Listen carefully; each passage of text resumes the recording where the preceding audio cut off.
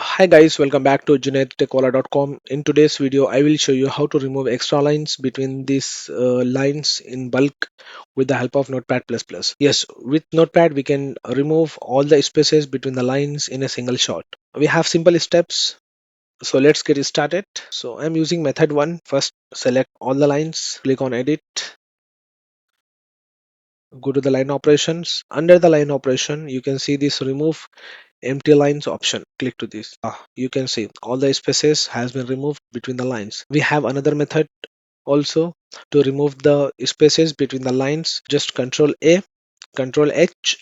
Here type backslash r backslash n backslash r backslash n and replace with backslash r backslash n, and this extended should be selected. Replace all. You can see all the spaces has been removed. So that's how you can easily remove spaces between the lines in Notepad++.